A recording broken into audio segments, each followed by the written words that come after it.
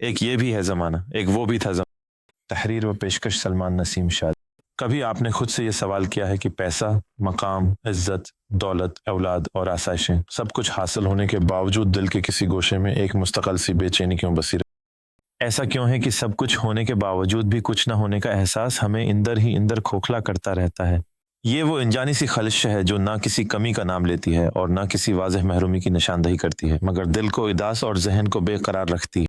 اور ایسے لمحوں میں جب انسان اپنے ماضی کی طرف پلٹ کر دیکھتا ہے تو حال کے مقابلے میں وہی ماضی زیادہ خوبصورت، زیادہ بامانی اور کہنے زیادہ پرسکون دکھائی دیتا۔ وقت کے ساتھ ساتھ جیسے انسان نے ترقی کی رفتار تو تیز کر لی مگر روح پیچھے رہ گئی۔ ہم نے سہولتوں کے انبار تو لگا لیے مگر دلوں کے درمیان فاصلے بھی اسی تناسب سے بڑھتے چلے گئے۔ وہ انسانی قدریں، وہ باہمی خلوص، وہ اپنائیت جو کبھی ہمارے معاشرے کی پہچان تھیں، آہستہ آہستہ نظروں سے اوجھل ہوتی گئی۔ خلوص، برداشت، احسار اور احترام آج بھی الفاظ میں موجود ہیں مگر عملی زندگی میں کمیاب ہو چکے ہیں۔ اگر ہم محض 80 کی دہائی کے سماج پر ہی ایک نظر ڈال لیں تو ایک مختلف ہی منظر سامنے آتا ہے۔ اس دور میں دکھ سکھ مشترکے ہوا کرتے تھے۔ محلے صرف گھروں کا مجموعہ نہیں بلکہ ایک خاندان کی مانند ہوتے تھے۔ کسی ایک گھر میں خوشی ہوتی تو پورا محلہ شریک ہوتا، اور اگر کہیں غم آ جاتا تو اسے تنہا نہیں چھوڑا جاتا تھا۔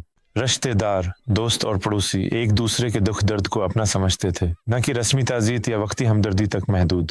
مجھے آج بھی اپنے بچپن کے وہ سنہرے دن یاد ہیں جب زندگی اپنی سادگی کے باعث حسین لگتی تھی۔ گھروں میں عموماً ایک ہی کمانے والا ہوتا تھا مگر رزق میں ایسی برکت ہوتی تھی کہ شکایت کا تصور بھی نہیں۔ زندگی آج کی طرح لگژری نہیں تھی مگر سکون و اطمینان وافر تھا۔ صبح سویرے اسکول کے لیے اٹھایا جانا، بنا ہاتھ دھونے کے بعد سب بہن بھائیوں کا باورچی خانے میں تختوں اور پیڑھیوں پر بیٹھ کر ناشتہ کرنا، یہ سب معمولی مناظر نہیں تھے بلکہ ہماری شخصیت کی بنیاد تھے۔ ہمیں والدہ اپنے ہاتھوں سے تیار کرتے اور پھر اسکول کی ون تک۔ یہ لمحے ہمیں نظم، تعلق اور ذمہ داری کا شعور دیتے۔ آج جب ہم اپنے ارد گرد نظر دوڑاتے ہیں تو محسوس ہوتا ہے کہ ہمارے بچے وقت سے پہلے بڑے ہو گئے ہیں۔ وہ کیا پہنیں گے، کیا کھائیں گے، کب سوئیں گے اور کب جاگیں گے، ان سب فیصلوں میں والدین کا کردار بتدریج محدود ہو چکا۔ ہم شام کو کھیلنے نکلتے تو جیسے ہی مغرب کی اذان کانوں میں پڑتی، گیند بلا وہیں چھوڑ کر گھر کی طرف دوڑ پڑتے تھے۔ برادران بزرگ ہمیں استربلاؤں کی کہانیاں سناتے تھے، وقت کی پابندی اور خدا کا خوف سکھاتے تھے۔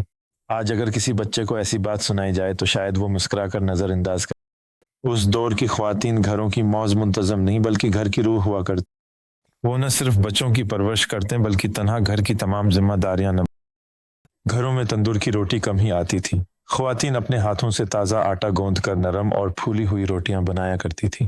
مصالحے اور چٹنیاں سل بٹے پر پیسی جاتے جن کا ذائقہ آج کے برقی گرائنڈرز میں کہاں۔ جمعہ کے دن بھی ایک نظم و ضبط اور وقار کے ساتھ گزرتے۔ صبح جلدی اٹھنا، نماز جمعہ کی تیاری، والد کا بچوں کا ہاتھ تھام کر مسجد لے جانا اور واپسی پر پھولوں سے بھرے تھیلے لانا، یہ سب مناظر نہ صرف مذہبی تربیت بلکہ خاندانی وابستگی کی عملی تصویر تھے۔ مہمان نوازی ایک فریضہ سمجھی جاتی تھی۔ کسی مہمان اچانک آ جائے تو اسے کھانا کھلائے بغیر رخصت کرنا معیوب سمجھا جائے۔ گھر چھوٹے تھے مگر کسی خاص کھانے کی صورت میں پڑوسیوں کو حصہ بھیجنا ایک عام۔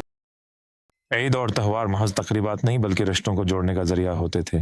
عید سے پہلے عید کارڈز کے اسٹال، دوستوں اور عزیزوں کو کارڈز بھیجنے کی روایت، جواب کا انتظار، یہ سب صبر، محبت اور اپنائیت کا درس دے۔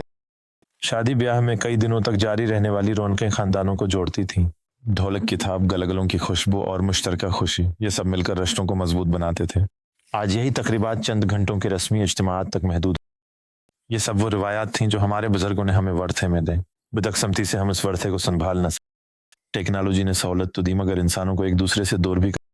آج ایک ہی گھر میں رہتے ہوئے بھی رابطے کے لیے موبائل فون اور واٹس ایپ کا سہارا لینا پڑتا ہے۔ اس صورتحال کا سارا ملبہ محض ٹیکنالوجی پر ڈال دینا بھی درست نہیں۔ اصل ذمہ داری ہماری اجتماعی غفلت پر عائد ہوتی۔ ہم نے سہولت کے بدلے سادگی، رفتار کے بدلے سکون اور اسکرین کے بدلے انسان قربان کر دی۔ شاید اسی لیے آج کا انسان سب کچھ پا کر بھی خود کو ہارا ہوا محسوس کرتا۔ اس کے پاس چیزیں بہت ہیں مگر اپنائیت کم، اور ایسی کمی کا نام اصل سوال یہ نہیں کہ وقت بدل گیا ہے، اصل سوال یہ ہے کہ کیا ہم خود بدل گئے۔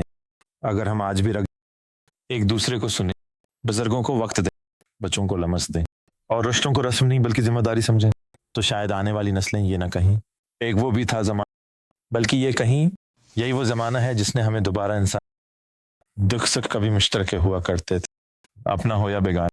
ایک وہ بھی تھا زمانہ، ایک یہ بھی ہے زمانہ۔